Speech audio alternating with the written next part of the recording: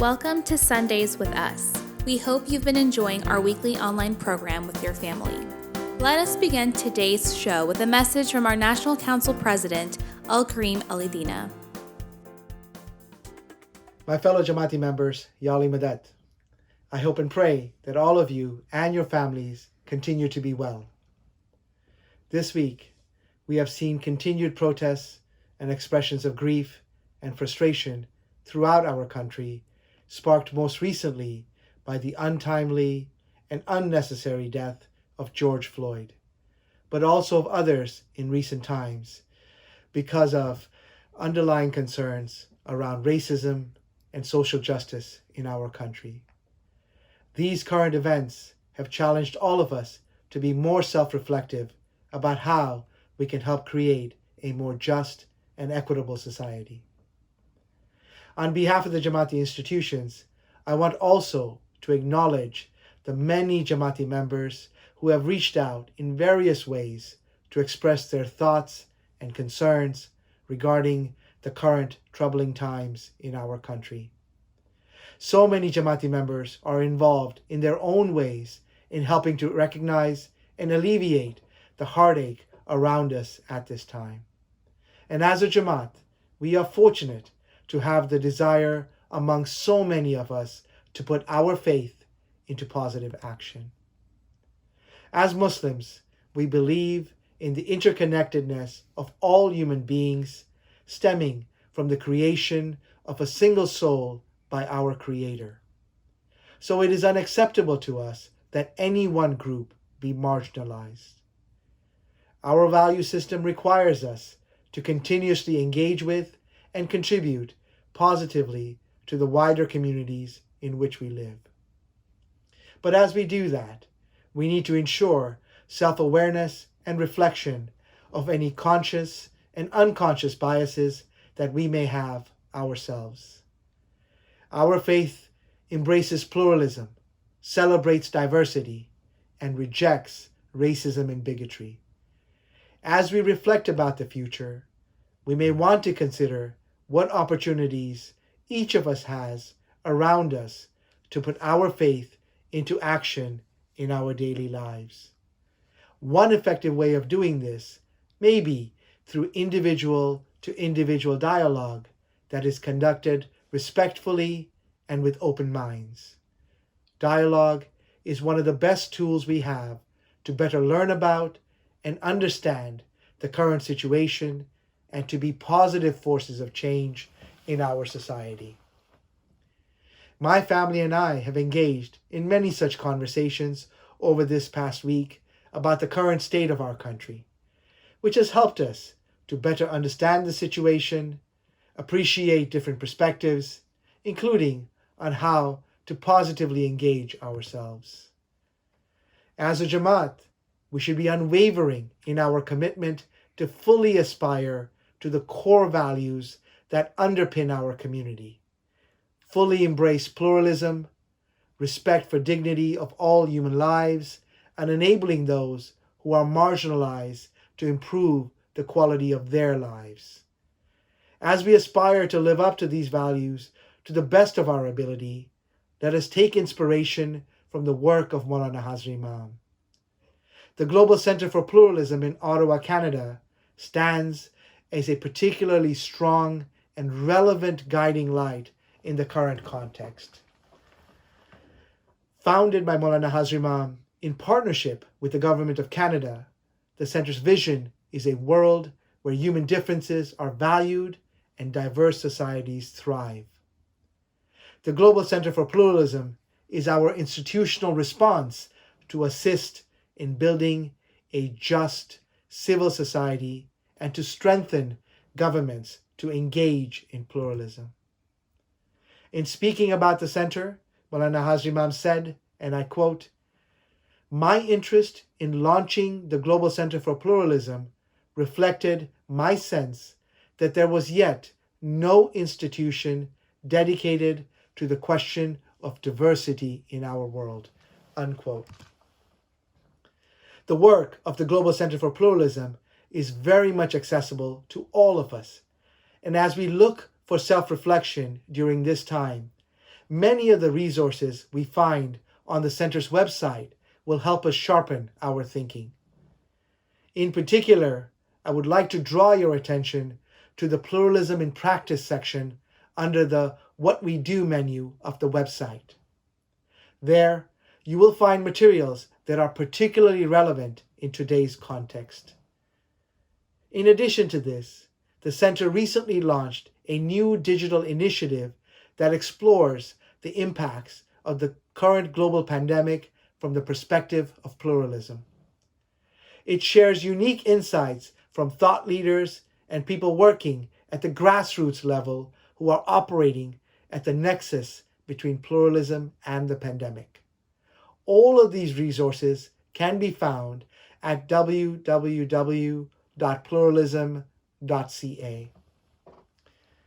Of course, this is just one of the many resources available to us as we reflect upon how we can effectively channel our desires to create a more just and equitable society. I encourage each of us to continue this self-reflection, to engage in individual dialogue, and to get involved in a manner that is consistent with our personal and communal values. I invite you to participate in various Jamaati institutional fora like our virtual initiative, Critical Conversations, or Young Adults Conversations, or other platforms of dialogue, and also to participate in iServe and outreach activities that allow us to put our faith in action in support of the communities in which we live. I encourage you to find, in your own individual comfort, other safe ways to engage, learn, and contribute. On a completely different note, the Atlantic hurricane season of 2020 officially kicked off on Monday, June 1st. As we start the summer, we are entering months during which hurricanes, tornadoes, thunderstorms, and flooding are more prevalent.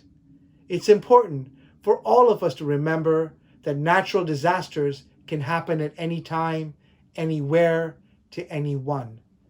In just the last few months, we have seen severe thunderstorms, power outages, and devastating tornadoes rip through cities and impact members of the Jamaat.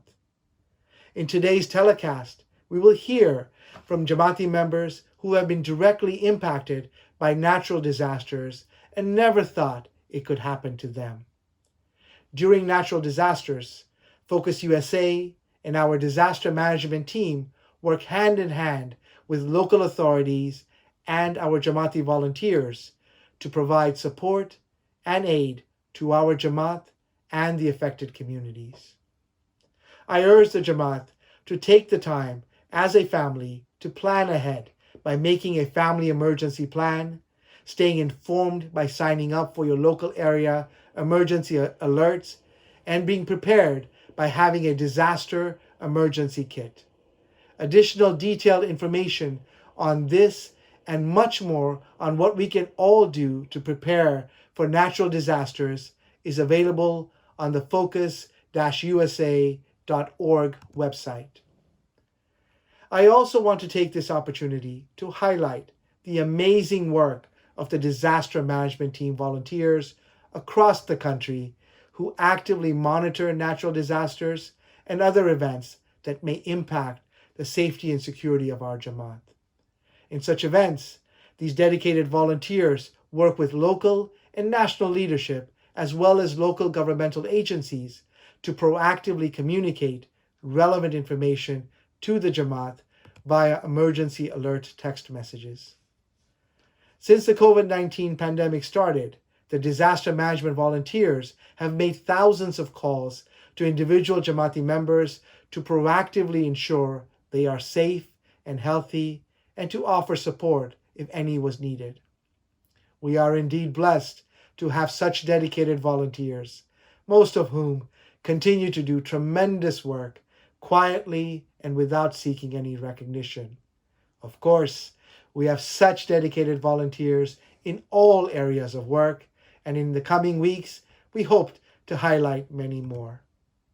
Finally, Let me end today's address by once again requesting the Jamaat to not let our guards down against the COVID-19 pandemic as states continue to reopen. The virus is still spreading across the country, it continues to be dangerous, and we still do not have a vaccine or a cure. I would encourage all of us to continue to undertake all efforts to look after our health by avoiding unnecessary social gatherings and to continue to practice physical distancing, good personal hygiene, and taking personal responsibility for our own health and that of the vulnerable members of the community around us. Regarding Jamaat Khanas, we continue to monitor the recommendations of public health officials and will inform the Jamaat of updates with regards to Jamaat Khana openings as and when we can do so safely. Until next time, I wish you and your family good health and peace. Ya Ali Madat. Let us now explore a perspective on embracing difference through a cosmopolitan ethic with Al-Waiza Elisha Ibrahim.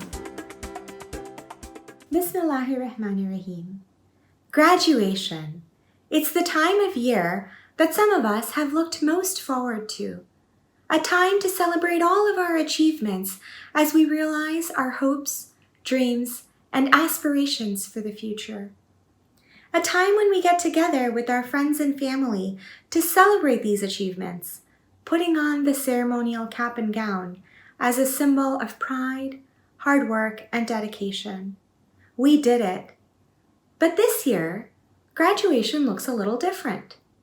Instead of physically walking across a stage, we see our faces appear on a screen. While the form of this ceremony has changed due to recent events, let's stop and reflect on the essence. What is our identity? How do we want to use our education to make a difference in this world? Can we use it to bridge the gap between us and others? In a speech made by Maulana Hazar Imam at the Tutsing Evangelical Academy upon receiving the Tolerance Award on May 20, 2006, he said, "What is needed all across the world is a new cosmopolitan ethic, rooted in a strong culture of tolerance. We often determine who we are by determining who we are against. But the human inclination to divisiveness is accompanied, I deeply believe, by a profound human impulse to bridge divisions." Recent events have shown us how it is even more important for each one of us to actively work towards a society that bridges divisions. But what role do cosmopolitan ethics play in current times? A society that embodies cosmopolitan ethics is one that embraces differences instead of punishing them.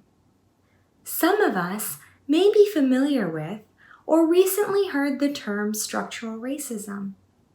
When we think of one way in which cosmopolitan ethics can be applied in light of recent events, one perspective is that when people are treated differently, denied access to education, wealth, security, and opportunities simply because of the color of their skin, this is contrary to a cosmopolitan society.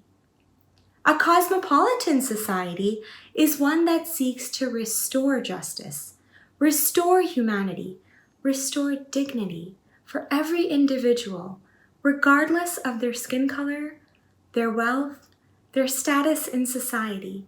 A society in which the Imam's words not only accepts difference, but actively seeks to understand it and learn from it. But as Maulana Hazar Imam mentions in the 2015 Jodidi lecture, that to participate in a true dialogue takes work and it takes patience. Above all, it implies a readiness to listen. And as Maulana Hazar Imam mentions, you listen to people you don't like. We can perhaps all think of a time when we were part of a conversation in which we were listening in order to just respond. But what if we changed our approach and actively listen to understand. Allah has created us to be inherently different. The Holy Quran, Surah 49, Ayah says, "We have created you from male and female, and made you peoples and tribes, so that you may know one another." As Muslims, this is telling us that by making an effort to know one another, we are fulfilling the divine will. To know one another means going beyond superficial judgments about each other and getting comfortable on a deeper level, understanding not just what makes us similar, but as the Quran says, the God-given differences that make us unique, that both define us as well as connect us. Successful pluralistic societies are not accidents of history. They evolve by deliberate actions, nurtured through education, a strong civil society, and respect for human rights. What deliberate actions can each one of us take to work towards such a society? In a Jodidi lecture at the Harvard University, Maulana Hazrat Imam said, "Perhaps it is a natural condition of an insecure human race to seek security in a sense of superiority. But in a world where cultures increasingly impenetrate one another, a more confident and a more generous outlook is needed." What this means is that Muslims, as murids of Maulana Hazrat Imam, it is important for us not just to understand the value of diversity in this world, but also to embrace it. To embrace that one race is not superior over another. Our security and confidence in ourselves cannot be tied to making someone else feel inferior. To embrace that we are all creations of the divine. We are all branches of the same tree, so we must learn to work together in order to stand tall and reach our potential. At the very heart of Islam is a conviction that we are all born of a single soul. This conviction is also one of the foundational principles of what Maulana Hazrat Imam has called Cosmopolitan ethics, which require us to honor our common humanity and recognize our moral responsibility to the whole of humanity. If we can learn this valuable lesson at this time, it will help us look at this time as a turning point in our history. इंसानियत वो एहसास है जो हमें दुनिया में जीना सिखाती है। नेकी और ईमानदारी हो तो पास खुदा तक ले जाती है। किसी गरीब का सहारा बन जाओ तो लबों पर मुस्कुराती है। किसी और के दर्द में अपने आंसुओं को बहाओ तो बह जाती है। As we commemorate our graduations in these weeks and look forward, let us ask ourselves, what is our responsibility as we progress in our journeys? How can we contribute to this message of valuing human diversity? At the very minimum, how can we be a part of the conversations that actively seek to listen, to understand one another, and to learn from each other? How will our education, our careers, the actions we take daily serve to support those who are most vulnerable and give a voice to those who are unheard? Let us reflect on what Allah has called us to do, to reflect not just what makes us different, but how we are all connected to each other as one humanity.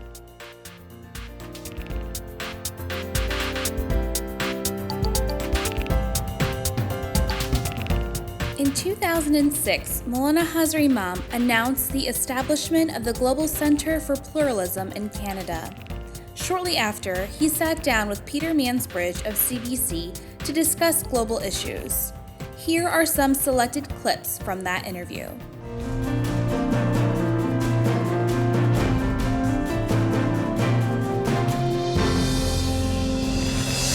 He is one of the world's influential Muslims, the spiritual leader of 20 million Ismailis, friend of prime ministers and presidents, and someone who rarely shies away from dealing with the issues that confront the world, whether they concern conflict, development, or religion.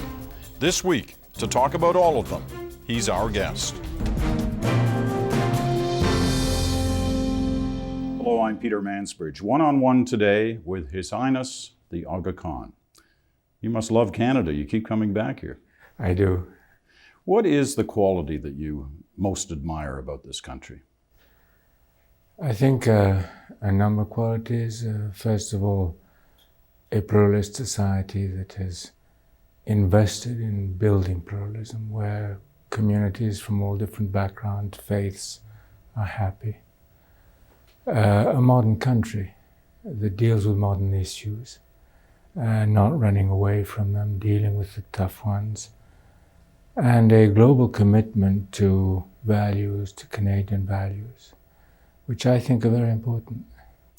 Well, let's talk about that a little bit, because I wonder whether your confidence in Canada on a lot of what you just said has in any way been, shattered a little bit in these past few years, especially since 9/11. There have been tensions in this country, as there have been in many other Western countries, between the Muslim and the non-Muslim societies on any number of levels, on both sides, about history and religion and tradition and integration within society.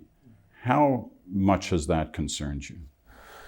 Well, it concerns me, and at the same time, it doesn't, in the sense that, to me, building and sustaining a pluralist society is always going to be a work in progress. It doesn't have a finite end. And so long as there is national intent, civic intent to make pluralism work, then one accepts that it's a work in progress. Let me go a little deeper on that, because it raises a question you have often raised, and that's the issue of ignorance. You reject the theory of a clash of civilizations or even a clash of religions. You believe there's a clash of ignorance here on both sides of that divide. And you felt that way for a long time. I was looking through the transcripts of an interview you gave in the 1980s in Canada, where you were warning the West that it had to do a better job in trying to understand Islam. That clearly hasn't happened. No. It hasn't happened, and a number of friends and people in important places have tried to contribute to solving that problem, but it's a long-established problem, and it's going to take, I think, several decades before we reach a situation where the definition of an educated person includes basic understanding of the Islamic world. And that hasn't been the case. And the absence of that basic education has caused all sorts of misunderstandings, but above all, the inability to predict statehood, international affairs, economic affairs are often predicated on the ability to predict. If you don't know the issues or the forces at play, the ability to predict is severely constrained. What's been the resistance, do you think? I think essentially historic. I think that the Judeo-Christian societies have developed their own education over decades and more.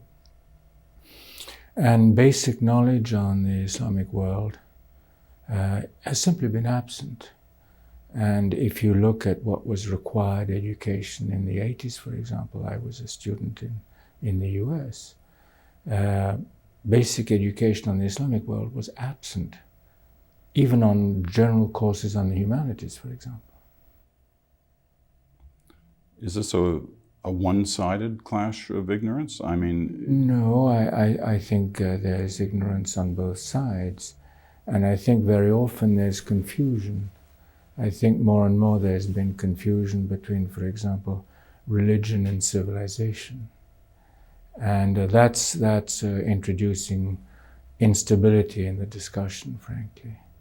I would prefer to talk about ignorance on the civilizations of the Islamic world, rather than ignorance just on the faith of Islam. What we've witnessed in the last couple of years, not just in this country, but in other Western countries as well, is what we call homegrown terror, where you see young Muslim men, educated, born in the West, educated in the West, who are moving towards, a fundamentalist view, a militant view of Islam.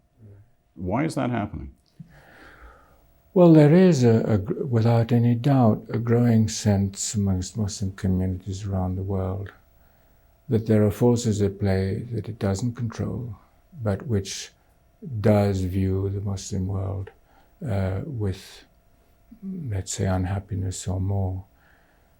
I would simply say, however, that if you analyze the situation, I don't think you can conclude that all Muslims from all backgrounds are part of that phenomenon.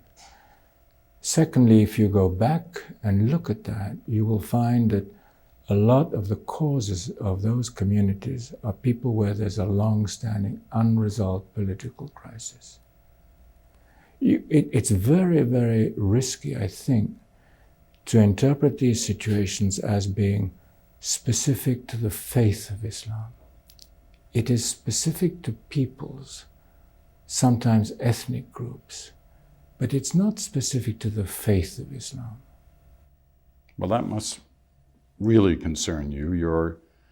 Your followers believe in you, see you as a direct descendant of the Prophet Muhammad, the same prophet that some of these minority fundamentalist militant groups hold up and claim as the reason they're doing the acts they're doing.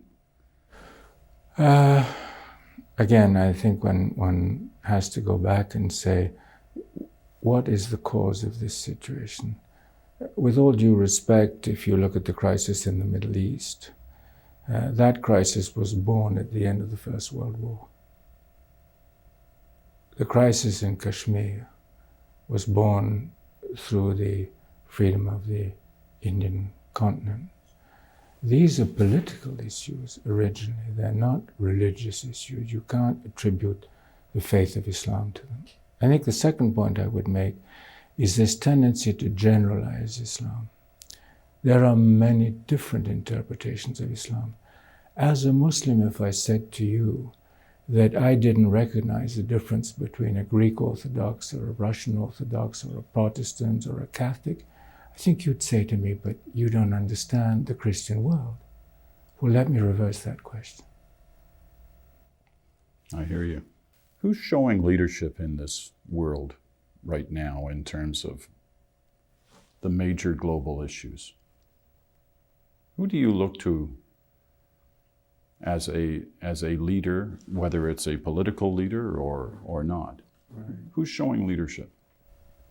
I think there are a number of people in the UN system who've shown leadership, who have shown balanced judgment on these issues, because when all is said and done, it's the balance of the judgment that counts, and it's understanding the issues. And I think amongst others, Kofi Annan has been remarkable in his understanding of the issues.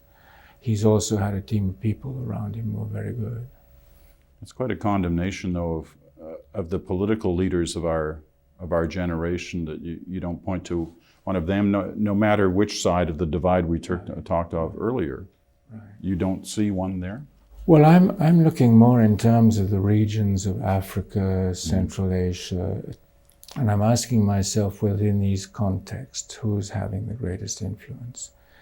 And I think that certainly the UN, UNDP, I think the World Bank under Jim Wolfenson changed direction very significantly and dealt with real human issues and has done a wonderful job.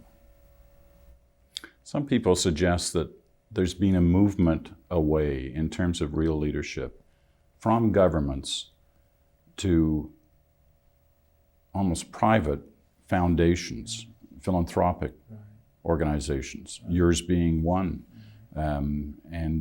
The Gates Foundation, and you can name a number. Bono, the singer. Do you see that happening? Is that a good thing? I see it happening, and I welcome it. wholeheartedly, because what we're talking about, I think, is accelerating the construction of civil society. And I personally think that civil society is one of the most urgent things to build around the world, because one of the phenomena you see today is in a number of countries where governments have been unstable, etc. Progress has continued where there's been strong civil society. And that's a lesson that I think all of us have to learn. And my own network is immensely committed to that. And so what the Gates and others are doing is providing new resources, new thoughts to create civil society, whether it's in healthcare or education. It's the combined input which is so exciting and so important. We talked earlier, just briefly touched on the new Global Center for Pluralism, which will be established here in Canada through the Aga Khan Foundation and the people of Canada through the Government of Canada. What is your hope for that? What do you see that doing, accomplishing? Well, I hope that this center will learn from the Canadian history of pluralism, the bumpy road that all societies have in dealing with pluralist problems, the outcomes, and offer much of the world new thoughts, new ways of dealing with issues, anticipating the problems that can occur. Because in recent years, I think we're seeing more and more around the world that no matter what the nature of the conflict is, ultimately there is a rejection of pluralism as one of the components. Whether it's tribalism, whether it's conflict amongst ethnic groups, whether it's conflict amongst religions, the failure to see value in pluralism is a terrible liability. Why Canada? Because I think Canada is a country that is invested in making this potential liability become an asset. And I think that Canada has been perhaps too humble in its own appreciation of this global asset. It's a global asset. And few countries, if any, have been as successful as Canada has. Bumpy though the road is, and as I said earlier, it's always going to be an unfinished task. Next year is your Golden Jubilee, 50 years. What's your, I was going to say, what's your dream for the world in that year? But I guess, dreams are dreams. What's your realistic hope? Well, clearly I would like to see the areas of the world which are living in horrible poverty. I'd like to see that replaced by an environment where people can live in more hope than they've had. I'd like to see governments that produce enabling environments where society can function and grow rather than live in the dogmatisms that we've all lived through and which I think have been very constraining. And I'd like to see solid institutional building, because when all is said and done, societies need institutional capacity. Well, those are grand hopes, and I'm sure they're shared by many. How realistic do you think it is that we can achieve anything like that? I think we can achieve a lot of that. I think the time frame is what we don't control. I remember in the mid-50s reading about countries in the developing world being referred to as basket cases. 50 years later, those are some of the most powerful countries in the world. Enormous populations, but they're exporting food, when 50 years ago we were told they'd never be able to feed themselves. They had an incredible technology deficit 50 years ago. Today they're exporting technology, homegrown technology. So I think there are a number of cases out there where we can say what we don't control is the time factor, but society does have the capability to make those changes. So there is reason for hope. I believe so, God willing. It's been an honor to talk to you. Thank you very much indeed, sir. Thank you. In 2014, Maulana Hazar Imam became the first faith leader to address the Canadian Parliament. Shortly thereafter, he once again sat down with Peter Mansbridge of CBC to discuss civil society in the developing world. Let's watch some selected clips from that interview. Welcome again to Canada, Your Highness. Thank you very much. This place, it's going to be wonderful. Yes. It's quite spectacular to look at. What do you hope will be accomplished inside these walls? Well, these are fairly unique buildings around the world. They are meant to be ambassadorial buildings. That is, they seek to express not only what the community is today, but what it aspires to be. So they're buildings that try to look towards the future. They are also buildings that try to articulate external relations so that people can come into these buildings. We can have events here with non-Ismailis. So these buildings are built with a special purpose. They're not just places of faith, places of prayer. 6 years ago, the last time you and I talked. Right. And wherever I go in this country still today, whether I'm on an assignment, going through an airport, giving a speech, people come up to me, Ismailis, often young Ismailis, Yes. and they can repeat sentences that you said in that interview 6 years ago. They remember everything you said. Thank you. But what does that say about their faith and their connection to their Aga Khan? You know, I hope in a number of circumstances to express their feelings, to express their thoughts. I am there not only to observe, I'm there to interpret. And understanding what they are thinking is very, very important indeed. And there's a form of osmosis between, I think, what we are trying to achieve in various parts of the world and what the institution is trying to achieve. Well, as you say, part of your responsibility is to help them interpret their faith. Right, exactly. Now, in the more than half century that you've been in the position to do that, how has your faith changed? Has your interpretation of your faith from then to now, has it changed? No. And what's the core of it? My beliefs, the beliefs of a Muslim.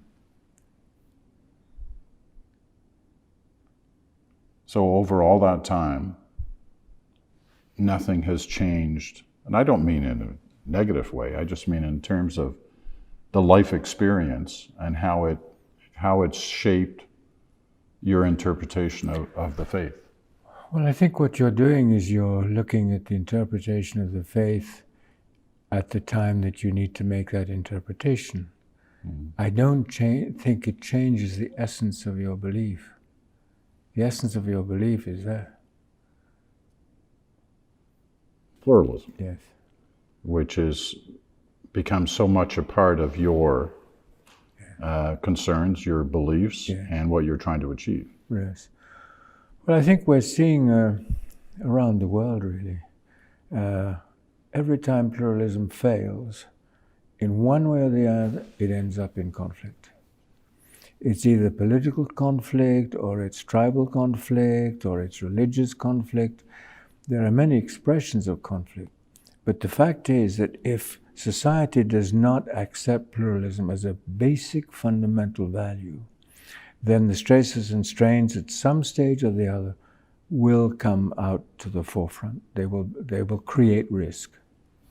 And many of those conflicts that you talk about, Right. they're based on the lack of pluralism, Exactly. are within the Muslim world. They're in the Muslim world, but they're also in the non-Muslim world. I mean, you can see it just recently in Kiev. I mean, you can see it's not just the Muslim world. I think the Muslim world is one of the areas, one of the regions where that's happening, but I wouldn't say that it's the only one, far from it.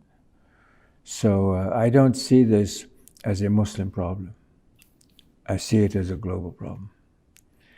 You can't tell, or certainly I wouldn't pretend to know when the lack of pluralism is going to create an explosive situation. It's one of the things all of us are looking at. When does the lack of pluralism become critical? And most of us in positions of some authority are trying to judge when that is going to happen, what we can do to avoid that situation becoming conflictual. And that's where the whole issue of civil society comes in. And how do you avoid it? I think you avoid it, first of all, by trying to preempt it. So you have to identify it. You have to understand the forces that are at play. And you have to try and give yourself as much time as you can to start acting upon the issues. Because it's never one issue, at least as far as I'm aware. It's usually a set of compound issues. So what you're trying to do is reduce the level of risk. You probably can't eliminate it, but you can reduce it to a point where it is no longer explosive. Where have you been successful, or where has the world been successful in doing that since we last met? Well, I think an example I could give you would be northern Pakistan, where there were villages that were mixed communities, villages which were single communities.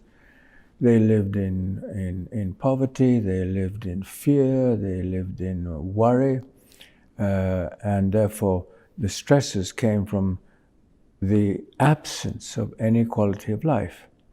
If you change that, people are no longer sharing poverty and fear. They're sharing hope, and one hopes opportunity. And in that part of Pakistan today, there is much more harmony than there was when we started the program. Now, it's true that there are external influences coming into that area of the country, not only in Pakistan, but in Afghanistan also. But basically, the social fabrics are much more intent on looking at a common future than, the pain and division of the past. One of the things you talked about in your speech to the Canadian Parliament this week was something you've brought up before that concerns you, and the clash of ignorance. Well, some talk about clash of civilizations. You talk about the clash of ignorance between civilizations, especially between the Muslim world and the non-Muslim world. We talked about this 6 years ago, with your hope being that time would change that. Now, I don't think you were talking in 6-year intervals. You were talking longer than that. But nevertheless, one can look back over the last 6 years and say, has there been any headway on that? Or are you as concerned now, or even more so than you were 6 years ago? I'm just as concerned. I'm just as concerned because I am apprehensive that predictability is not part of political planning.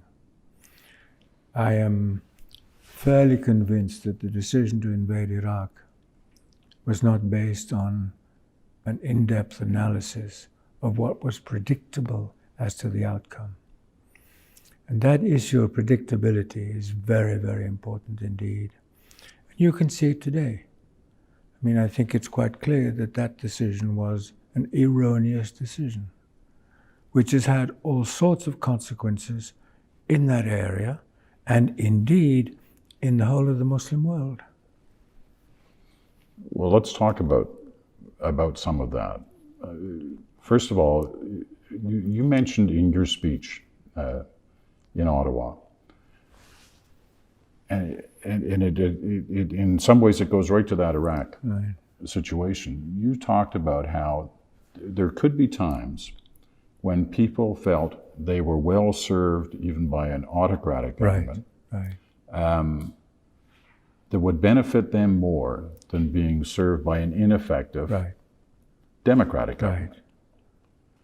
Now, you must have thought long and hard before saying that, because that could upset some people to hear that. So what helped shape your mind to say that? I think that if you go back to countries in development, because I speak essentially from the point of view of countries in the third world, not not North America or Western Europe. You can see that a number of situations in Africa, in Asia, were politically maybe undemocratic, but they were productive for civil society. And so long as people had the feeling that they were making some form of progress in the quality of their lives, they accepted that, because there was no, no pressure for change. If the system is producing an improving quality of life, people don't go into the streets. It's an error to think that people are going to get out into the streets simply because they haven't had elections or things of that sort. I think it happens when there's frustration, when there's dissatisfaction, when governments fail to take decisions which seem to be in the national interest. And you can see it today in Kiev. But some could take those words and say, well, let's think that through. If Mubarak had felt that way and raised the risk of what's eventually happened in Egypt since his departure, he could say exactly that, okay, I'm an autocratic government, but you're going to have a mess with an ineffective democratic government. Right. And you could make the same argument about Iraq, as you just brought up. But I think the issue there is the change process. It's the absence of a change process. And I think that that's what we're seeing today, the absence of an organized, peaceful change process. And that's the key problem that we're dealing with today.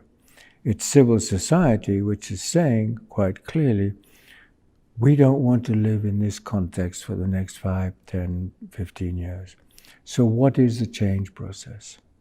I think that's one of the basic issues that we're dealing with today. And in both those two countries, it's still unclear. Yeah. So the change process doesn't mean that you have clarity. The change process opens the door to change. What are the continuing consequences of the situation in Iraq? Well, I think one of them obviously is a crisis between the Shia and Sunni communities. I think that crisis is now extending throughout the region, and I mentioned today that it's actually active in 9 countries. I mean, if you make a parallel with the Christian world, what would have been the Christian world's reaction if the Irish crisis had been active in 9 countries? It would have been a very, very serious issue. That's what we are facing today. That crisis is in 9 countries, and it is likely to expand further. But what is the way out? I mean, the Western world has no credibility in trying to deal with that issue in a helpful way in those countries? It's very difficult to generalize about the problem, because it can be an economic problem, it can be an educational problem, it can be a demographic problem. It has different dimensions. So I think you have to dissect the problem to understand exactly what is happening. But at a certain stage, there's got to be an acceptance in the national policy and applied by government that pluralism in the domain of faith is part of national rights. It's that simple. Pluralism has to be defended. And I'm not sure that we know all the answers. And in fact, probably the answer is in terms of reducing tension rather than eliminating it. You probably can't eliminate it totally, any more than you could in the Christian world, frankly. But it seems, I mean, you clearly are extremely worried about this situation. Yes. I think most Muslim leaders are today. The answer may be, as you say, simple. The answer is pluralism. But getting there is very complex. Very, very complex. And I'm not a person who's going to say to you that I know all the answers. What I do know is that whatever is occurring has to be looked at very carefully, and it has to be brought under control. But it always comes down to the who does that. Well, essentially government. Governments in the individual countries? Yes. Yes, and I think probably amongst the communities they could agree. Now these conflicts have international ramifications. So you probably want to try to bring those ramifications under control also. You said earlier that these issues are not just issues in the Muslim world. No. They're in the whole world. And one thing I found, I found many things interesting in your speech in Ottawa, but one of the things on this issue that I found interesting was that you almost had to walk through the basic history, not only of your own time, Right. but the basic history of the Muslim world and the divisions within it, Right. to the Parliament of Canada. I mean, when we talk about the clash of ignorance. Right. Well, that's it. But That's it. It's that basic, though. It's that basic. And when we talked some years ago, I said to you, one of our biggest problems in the Islamic world is that we are absent from Western culture. We don't exist. Now that's changing, but it's changing very, very slowly. Very, very slowly. In my view, much too slowly. And I'm not sure I understand why it's changing so slowly. But much of what I said today to the Parliament is so basic that it could be part of general education around the world, simply so that communities, countries understand what are the dynamic forces in those societies. It's not new. It's been there a long, long time. I guess that's where we're left after these past 13 years, since 9/11, Right. since the clash of ignorance became very much in the forefront. Right. That leaves you wondering whether really anything has been accomplished in trying to pull down those walls. I'm not pessimistic. And you weren't pessimistic last time when we talked either, No. and you were convinced that things were changing, but you seem less so now. No, I'm not pessimistic. I think the issue is recognized, and I think it's recognized in a much wider spectrum than it was when we last talked. But I'm not sure that change process is occurring in all the areas where it should occur and quickly enough. I'm not sure of that. I mean, what I said today about the differences between Shia imams and Sunni imams, that sort of information is so basic. And these sorts of issues really should be part of general knowledge, you know? And I'm not trying to proselytize in any way. I'm looking at this in terms of basic knowledge. That there should be this gulf of ignorance still today is something that worries me. And you can see the consequences. As I said, that invasion of Iraq had consequences which were foreseeable, which could have been preempted, and which could have been thought through wisely. Now, as far as I know, none of that happened. You see, even the issue of public opinion. How does public opinion make a judgment on that issue if it doesn't understand the forces at play? In a democracy, an erroneous foreign policy would be held up as a question about competence, wouldn't it? Mm-hmm. But if that can't happen because the public doesn't understand the issues at stake, then there's no judgment process. And in the case of Iraq, the judgment process has occurred massively post facto. What about Afghanistan? I think the reality is that certainly Canada United States, Western Europe, cannot afford, for obvious reasons, to let countries in the developing world go completely, let's say, out of civilized governance. I think that's obvious. We've seen it happen. We saw it in the 60s. We've seen it in the 70s. So that's not an answer. So the question is, what are the solutions?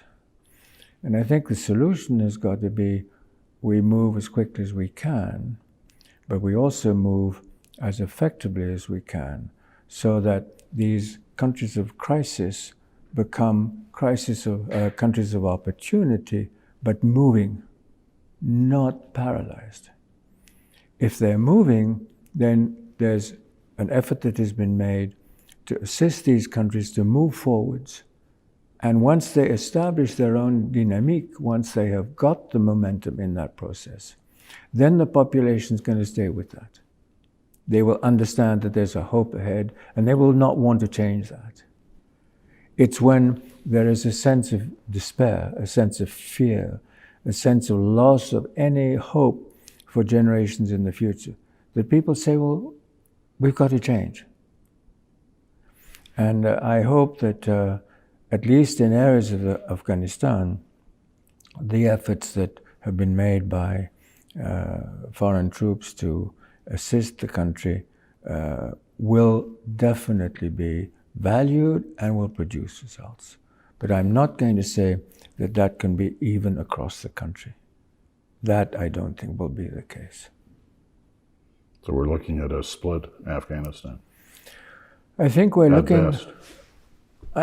I hope we're looking at an Afghanistan where there will be different levels of performance, and various provinces will look at other provinces and say, that's where we want to go. That's my hope. But I have to tell you, it's touch and go. Last question. Because you have been on the stage of international leaders for more than half a century. Still look pretty young. Thank you. But tell me, it's always my goal to try and understand something about leadership. And you've had the close-up view of so many, from what, Kennedy to the current crop. You've seen them all in countries around the world. Can you pick out one person who symbolized great leadership? Maybe not one person. I think I could pick out qualities. I've seen heads of state whose capacity to think ahead of their times has been magnificent. I have seen individuals whose intellectual dimension has enabled them to bring forward articulation on forces of society which people haven't necessarily recognized, but they're going to be very, very important in the future. So that sort of quality of leadership I admire. And I'm not sure that I would feel too comfortable in telling you who those individuals are, but they're both European and North American. And I think that there are also perhaps in the developing world men and women who have had the faculties of leadership that I've mentioned to you. But I think the developing world has been a more difficult world to have those capacities actually exteriorize themselves. There's much more stability in the political process in Western Europe and North America than there is in these other countries. But those are the qualities that seem to me really important because, in a sense, they're gifts to future generations. And that is, to me, something which is very, very important indeed. Your Excellency, once again, Your Highness, thank you so much for this. Thank you. At the 2014 graduation ceremony at Aiglon College in Switzerland, Maulana Hazar Imam said, quote, "And you will be asking yourselves how, as nano players on the global scene, you could cause positive change to happen for yourselves, your families, your peoples. My answer is hope. Fortunately, just as fear can be infectious, so hope is infectious. When individuals and families and communities, or even nations, come together around newfound hope, and this hope translates into perceptible, tactile improvements in the quality of life, that new momentum can be unstoppable. The smile replaces the frown. Conversation replaces silence. Fear of the future is replaced by confidence to respond to its challenges. This reversal from fear to hope is rooted in individuals, in the leadership that they provide to the overall impact of civil society." Unquote.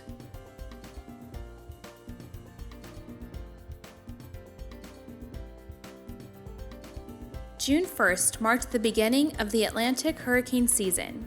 In the recent past, many members of the Jamaat have been affected by natural disasters, including severe thunderstorms, tornadoes, wildfires, and more. Stay tuned as Focus USA shares stories from families who were affected by such natural disasters and provide tips on how you can make a family plan and be better prepared. We never thought this would happen to us, but it did.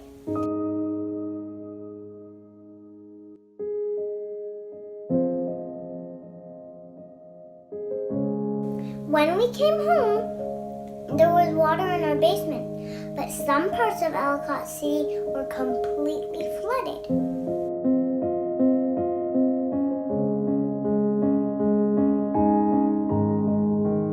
हम अपने आप को किस्मत वाले समझे कि ये कभी होगा नहीं, लेकिन ऐसा नहीं है, ये हमारे साथ हुआ।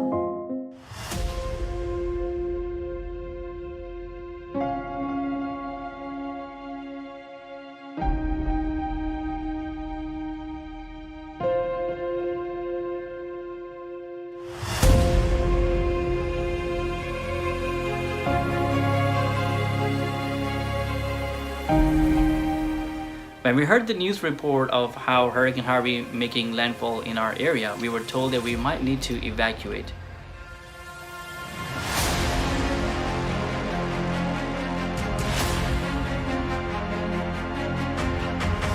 Yes, local authority did tell us to evacuate. National Guard assisted us in evacuation, and we were evacuated by boat.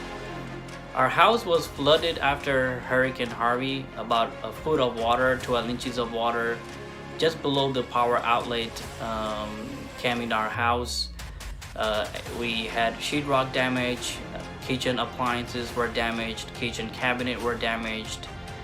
It took us approximately 6 months to fix our house and come back to our regular routine.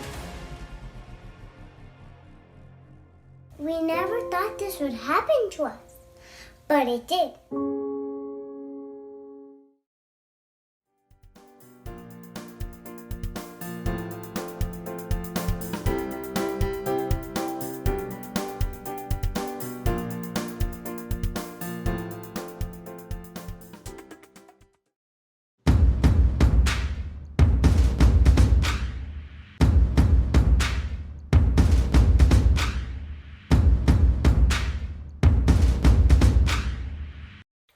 Hi everyone, Sal Khan here from Khan Academy, and I just want to say what a great honor it is to address all of you graduating in the Ismaili community.